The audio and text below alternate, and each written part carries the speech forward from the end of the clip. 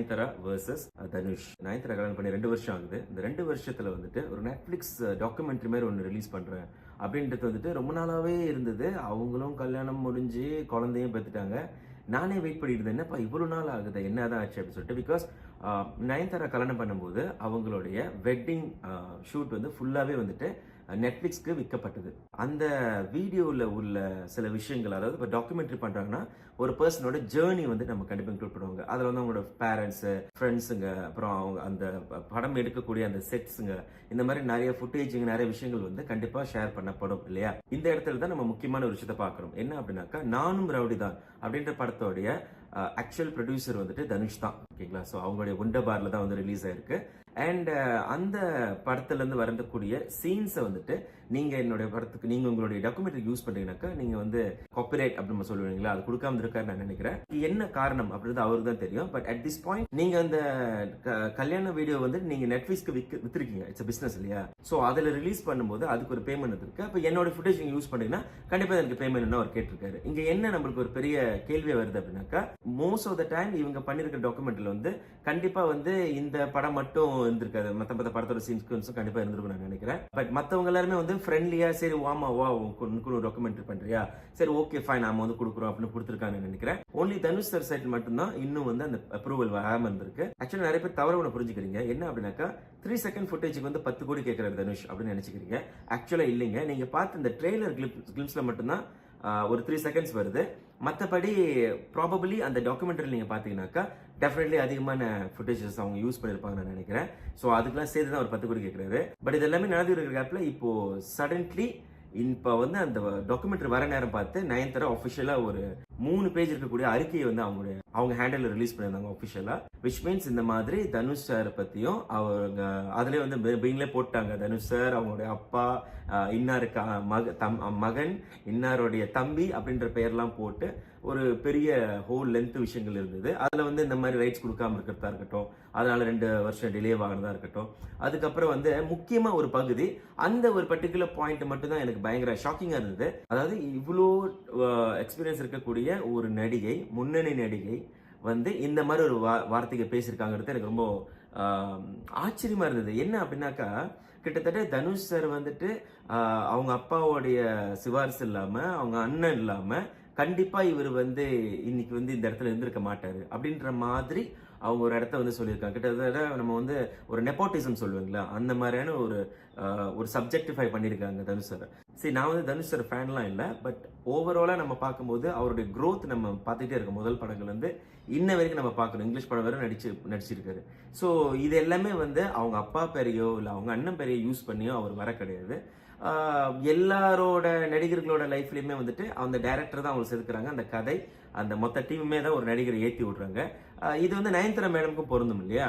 So அப்படி இருக்கும்போது அவங்கவுங்க டேலண்ட்ல தான் நீங்க சினிமா இண்டஸ்ட்ரியில நிலைத்து நிற்க முடியும். இன்னைக்கு அந்த ஃபேம், இன்னைக்கு அந்த பாப்புலாரிட்டி இன்னைக்கு வந்திருக்காங்கனாக்கா அவங்களுடைய டேலண்டா தான் இருக்க முடியும். இல்லைன்னா வேற காரணமே இல்லை. நிறைய பேர் வந்துட்டு காண போயிருக்காங்க. அதனால அந்த பெயர்களே வந்துட்டு ஒரு படம் பண்ணலாம், 2 படம் பண்ணலாங்க. நீங்க தொடர்ந்து சஸ்டைனபிளா இருக்கணும்னாக்கா அவங்க பியூர் டேலண்ட் இல்லாம, மக்களுடைய ஆதரவு இல்லாம, சப்போர்ட் இல்லாம கண்டிப்பா அவங்க அந்த இண்டஸ்ட்ரியில இருக்கவே முடியாது. இதுதான் உண்மை. ஓகேங்களா. இது நம்ம சொல்லிதான் ஆகணும்.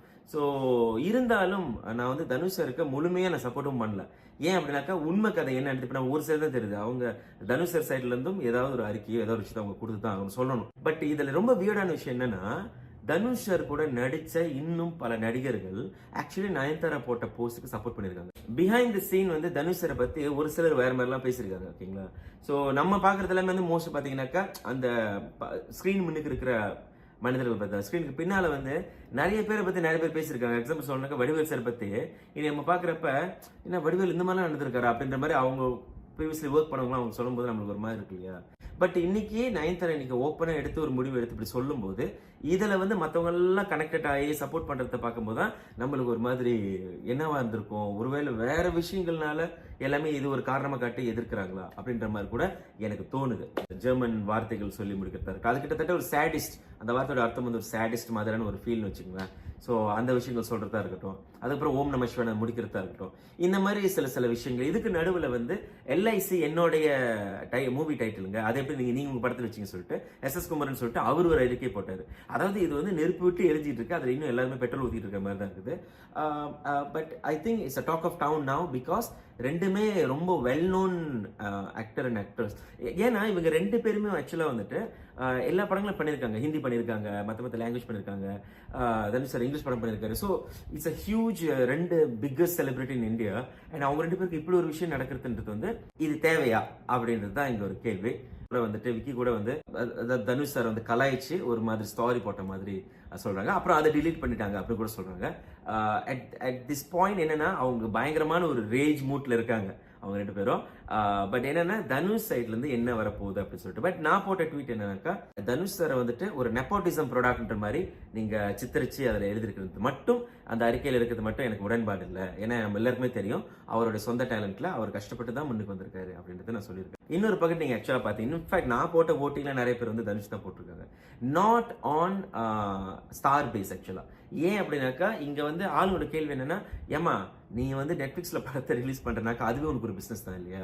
ஸோ அந்த பிசினஸா நீ பாக்குறப்ப காசு வருது தானே பண்ற, நீ அதுவே பிசினஸ் பாக்குறன்னா ஏன் வந்து இவர் இந்த இடத்துல வந்து கார்பரேட்டுக்கு பணம் கேட்கறது வந்து நீ ஒரு மேட்டர் ஆக்குற, இது ஒரு இஷ்யூ நீ ஏன் ஆக்கணும், 10 கோடி உனக்கு பெரிய பணமா அப்படின்னு ஒரு கேள்வி கேட்கறாங்க. அப்புறம் அப்படி நீ நினைக்கிறனாக்கா ஒய் நாட் நீ வந்துட்டு யூடியூப்லேயே வந்து நீ உங்களோட கல்யாண வீடியோ ரிலீஸ் பண்ணிருக்கலாமே அப்படின்னு கேட்கறாங்க. ஸோ இந்த மாதிரி விஷயங்கள் இருக்கும்போது இன்னொன்று என்னன்னாக்கா, ஒரு படத்தோட ப்ரொமோஷன்ஸ்ல நீங்க வந்து கலந்துக்க மாட்டீங்க. ஸோ அந்த இடத்துல நீங்க வந்து எவ்வளவு ப்ரொடியூசரோட எவ்வளோ டிஸ்ட்ரிபியூட்டரோட வயிற்றுல அடிச்சிருக்கீங்க, எவ்வளவு பேருக்கு நீங்க நஷ்டம் கொடுத்துருக்கீங்க, நீங்க வந்து படத்தை ப்ரொமோட் கூட பண்ண மாட்டீங்களா? ஸோ அந்த விஷயத்த வந்து அவங்க நிறைய பேர் அங்க சொல்றாங்க. So at this point I am not really sure இது எப்படி போய் முடிய போகுதுன்ட்டு.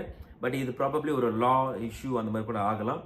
ப்ராபப்ளி பிகாஸ் அவங்க இவ்வளவு பெரிய அறிக்கையை போட்டிருக்காங்க. இது வந்து தனுஷ் சார் வந்து லைட் எடுத்துட்டு போக போறாரா இல்ல இதுக்கு எகென்ஸ்டா நிக்க போறாரா நம்மளுக்கு தெரியல. But at the end of the day நான் என்ன நினைக்கிறேன் அப்படின்னாக்கா, இந்த மாதிரி விஷயங்களை லீகலா ஹேண்டில் பண்ண முன்னா லீகலா பண்றது கரெக்டுன்னு தான் எனக்கு தோணுது. பட் இதை வந்து ஒரு ஒரு தனிப்பட்ட நபரை வந்து சித்தரிச்சு பேசியோ அவங்கள டவுன்கிரேட் பண்ணியோ அவங்கள இன்சல்ட் பண்ற மாதிரி விஷயங்கள் வந்துட்டு தவிர்க்கலாம். அது வந்து அவங்களுக்கே நல்லது. ஒருவேளை இதை தவிர்த்திருந்தா, இப்ப நயன்தாரா மேல நிறைய பேர் மரியாதை வச்சிருக்காங்க. இது ஒரு சிலருக்கு நயன்தாரா இருக்க மரியாதை வந்து கூடி இருக்கலாம், ஒரு சிலருக்கு நயன்தாராவை பிடிக்காம போயிருக்கலாம். ஏன் அப்படின்னாக்கா, உங்க பக்கத்து நியாயமே இருந்தாலும் இன்னொருத்தரை வந்து இப்படி சித்தரிச்சு பேசணுமோ, இப்படி வந்து ஒரு டவுன்கிரேட் பண்ண வேண்டிய ஒரு அட்டாக் இருக்கு இல்லையா, அது தேவையில்லையோ அப்படின்ற மாதிரி சில பேர் நினைக்கலாம். நீங்க என்ன நினைக்கிறீங்க எனக்கு தெரியல, கீழே கமெண்ட் பண்ணுங்க. Alright, and I think that's it.